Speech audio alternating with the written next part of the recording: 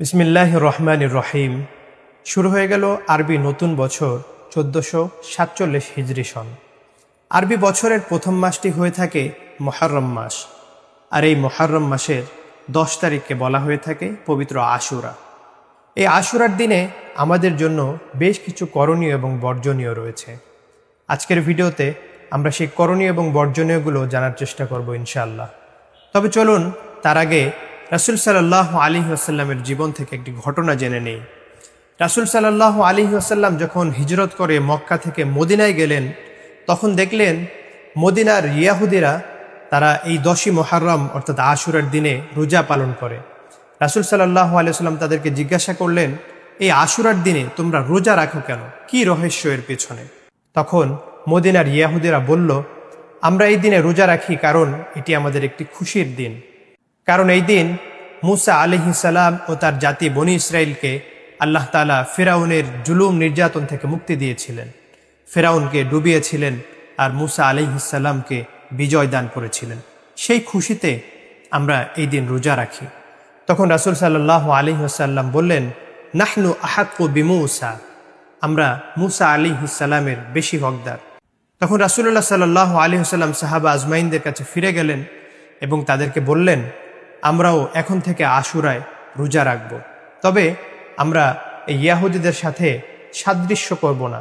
তখন রাসূল সাল্লাল্লাহু আলাইহি ওয়াসাল্লাম বললেন, ইয়াহুদীরা রোজা রাখে 10ই মুহররম একদিন, আমরা রোজা রাখব 2 দিন, অর্থাৎ 9ই মুহররম এবং 10ই মুহররম, অথবা 10ই মুহররম এবং 11ই মুহররম, 2টি রোজা আমরা রাখব। তবে যারা আমরা 2টি রোজা রাখতে পারবো না, তারা কি একটি রোজা রাখতে পারবো না? হ্যাঁ, অবশ্যই তারা একটি রোজা রাখবে।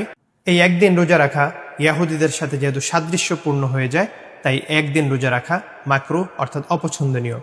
আমরা হয়তো 9 তারিখের সাথে মিল রেখে রাখতে পারি, অথবা 11 তারিখের সাথে মিল রেখে আমরা 10ই মুহররম রোজাটা রাখতে পারি। তবে হ্যাঁ, যারা একদম অসুস্থ অথবা 2টি রোজা একসাথে রাখতে অক্ষম, তাদের জন্য একটি রোজা রাখাই শ্রেয়। এই 10ই মুহররম আমরা তো রোজা রাখবই, এর সাথে সাথে এটি যেহেতু আমাদের একটি খুশির দিন, সেই হিসেবে আমরা কিছু দান সদকা করতে পারি, আমরা নফল নামাজ পড়তে পারি, আল্লাহ তাআলার ইবাদত বেশি করে করতে পারি, কোরআন তেলাওয়াত করতে পারি। এভাবে আমরা 10ই মুহররমকে ভালোভাবে কাজে লাগাতে পারি। আরও উল্লেখ রয়েছে, এই 10ই মুহররম অর্থাৎ আশুরার দিন কেউ যদি পরিবারের জন্য উত্তম রূপে খাবারের ব্যবস্থা করে, আল্লাহ তাআলা তার রিজিকের মধ্যে বরকত দান করবেন। তাই আমরা আমাদের সাধ্য অনুযায়ী চেষ্টা করব এই 10ই মুহররম আমরা পরিবারের জন্য ভালো কিছু ক্রয় করে পরিবারের মুখে তুলে দেওয়ার, যাতে করে আল্লাহ তাআলা এই দিনের উসিলায় আমাদের পুরো বছরে বরকত দান করেন। চলুন এবার আমরা জেনে নেই 10ই মুহররম অর্থাৎ আশুরার দিনের কিছু বর্জনীয় বিষয়। এই আশুরার দিন আমাদের জন্য যেমনিভাবে একটি সুখের দিন, তেমনিভাবে এই আশুরা আমাদের একটি শোকের দিন।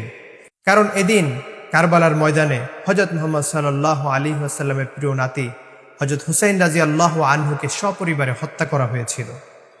তাই এই দিনটি আমাদের জন্য অত্যন্ত দুঃখের একটি দিন।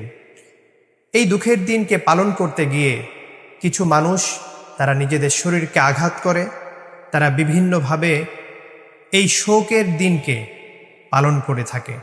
রাসূল সাল্লাল্লাহু আলাইহি ওয়াসাল্লাম যেমনিভাবে এই দিনটিকে খুশির দিন এবং রোজা রাখতে বলেছেন, তার বিপরীতে গিয়ে তার নাতি হযরত হুসাইন রাদিয়াল্লাহু আনহু এর শোকে তারা তাদের নিজেদের শরীরকে আঘাত করে, বিভিন্ন ধরনের কালো কাপড় তারা পরিধান করে এবং সারাদিন তারা নিজেদের শরীরকে আঘাত করার পরে বিভিন্ন রকম খাবারের আয়োজন তারা করে থাকে।